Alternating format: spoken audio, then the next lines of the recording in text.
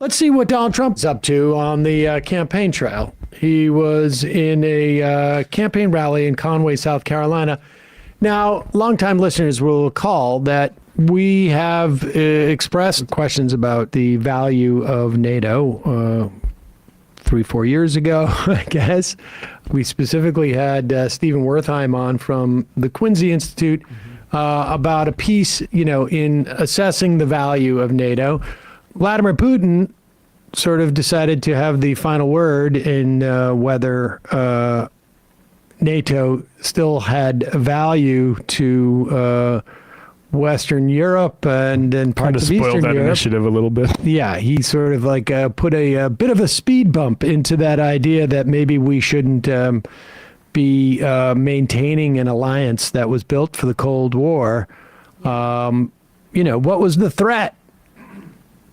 Tell that to Sweden, I guess, or to Finland. Yeah, if his stated goal was, basically standing up to NATO, I don't know how well he did there, because they have now two new member states. Slight miscalculation. Yeah. But here is Donald Trump, not saying that he would necessarily get rid of NATO. It doesn't sound like that to me, but rather we got to pay in. Everybody's got to pay their fair share. And this is such a weak way. But let's play the clip first. Yeah, I did the same thing with NATO. I got them to pay up. NATO was busted until I came along. I said, everybody's going to pay. They said, well, if we don't pay, are you still going to protect us? I said, absolutely not. They couldn't believe the answer. And everybody, you never saw more money pour in to Secretary General Stoltenberg. Well, I don't know if he is anymore, but he was my biggest fan. He said, all these presidents came in, they'd make a speech, they'd leave, and that was it. And they all owed money, and they wouldn't pay it. I came in, I made a speech, and I said, you got to pay up. They asked me that question. One of the presidents of a big country stood up and said, country. Well, sir, if we don't pay and we're attacked by Russia, will you protect us? I said, you didn't pay? You're delinquent? He said, yes, let's say that happened. No, I would not protect you. In fact, I would encourage them to do whatever the hell they want. You got to pay. You got to pay your bills. And the money came flowing in. I'm trying to think of like a non-offensive word to use, but this is such a juvenile perspective. Like, is there value to NATO or not? I think that certainly, we could have that conversation today, and certainly prior to Russia's invasion of Ukraine, it was, I think, a very legitimate conversation to have. But to base the assessment as to whether this is important for protecting Europe and this is an alliance based upon like a little late with your money. Yeah.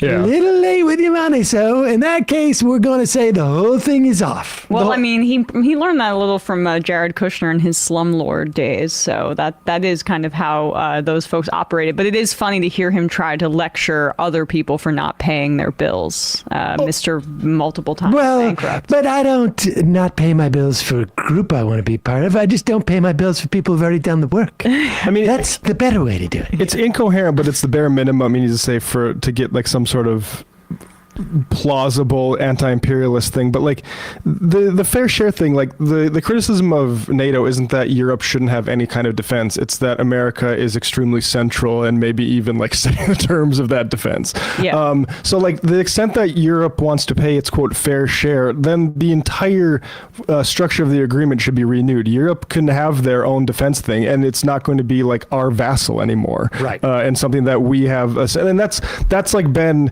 like the problem with NATO, in my understanding, is as much like expansion towards Russia, like that, like again, we've been unclear about, like there's been back and forth about that, but also just America's centrality in it, and like I don't like that this critique, which is that everyone else should pay into our protection racket that we control, isn't really like this is a mob. Yeah, exactly. Mob boss does, by the way, literally. It's like a guy who's down on his luck. I mean, this is a storyline in every mob movie or show. I mean, I can't. These people people are coming in. They're taking advantage of me. I need some muscle up in here. Well, you got to pay up. That's how he wants to run our foreign policy, like he's Tony Soprano or something like that. But he's just not smart enough to actually pull it off. And it also lays bare why paleoconservatism or like foreign policy on the right is just not consistent with human rights, even though his is a unique flavor of it. Like when Rand Paul or whatever is anti-war or anti-imperialism, it's always just because what's in it for me to protect people in this way, and that's not the way we should go about framing our foreign It's not policy. we're not opposed to war or whatever because of what it does to the upper income tax bracket. Right, exactly. Here is Marco Rubio having to respond to Donald Trump basically announcing that he told people in NATO, if you don't pay, let's invite Russia to do whatever they want with you. It's a problem. Maybe you got to pay. It's a little bit difficult. Here is Marco Rubio. You remember how stalwart he was in running against Donald Trump until Donald Trump said that he had a little penis. And then Marco Rubio said, no, actually, Trump has a little penis. And then in the end, it turned out that Marco had America decided had the metaphorical little penis in that situation. Penis was actually more dominant. Yes. How many porn stars have you been with, Marco? Thank you. You just pushed and got legislation to require the advice and consent of the Senate or an act of Congress before any president could suspend, terminate, or withdraw U.S. membership from NATO. So I want you to take a listen to something Donald Trump said yesterday on the campaign trail. The presidents of a big country stood up and said, well, sir, if we don't pay and we're attacked by Russia, will you protect us? I said, you didn't pay? You're delinquent? He said, yes, let's say that happened. By the way. No, I would not protect you. In fact, I would encourage them to do whatever the hell they want. You got to pay. You got to pay. You've endorsed Donald Trump. Are you comfortable with him suggesting that he wouldn't defend NATO countries and actually he would invite Putin and Russia to invade them? Well, that's not what happened, and that's not how I view that statement. I mean, he was talking about a story that he talked about happened in the past. By the way, Donald Trump was president, and he didn't pull us out of NATO. In fact, American troops were stationed throughout Europe, as they are today. They were then as well. But he's telling a story, and frankly, look, Donald Trump is not a member of the Council of Foreign Relations. He doesn't talk like a traditional politician. And God, here we going with this again? Yeah, he doesn't mean don't trust the words that are coming out of his mouth because he's just doing it in a folksy way. Address what he's saying, but you can't listen to what he says. You got to listen to what he means. It's a story that happened in the past, unlike all the other stories that happen in the future, which I would address. Actually, it was a story about the future. It was a story that happened in the past, but the hypothetical that was given to him was a story about the future. Well, now I definitely can't address it. Also, I just can't. I think what he's trying to say is Trump's lying because, he keeps saying big country, big country. If this actually happened, I feel like Trump would name the country that he said this about. No. You got to be discreet. You got to be discreet. I'm a discreet person. I'd say big country. It was a big country. Believe me, one of the biggest. Trump is known for his probably discretion. the biggest country. You're right. Yeah. Is there any more of this? This is Marco. Total tongue bath. Oh my God, he's such a weasel. He doesn't talk like a traditional politician. Oh, okay. And we've already been through this now. You'd think people had figured it out by now. What he's basically saying is, if you see the comments, he said NATO was broke or busted until he took over because people weren't paying their dues. And then he told a story about how he used leverage to get people to step up to the plate and become more active in NATO. He's not the first American president. In fact, virtually every American president at some point in some way has complained about other countries in NATO not doing enough.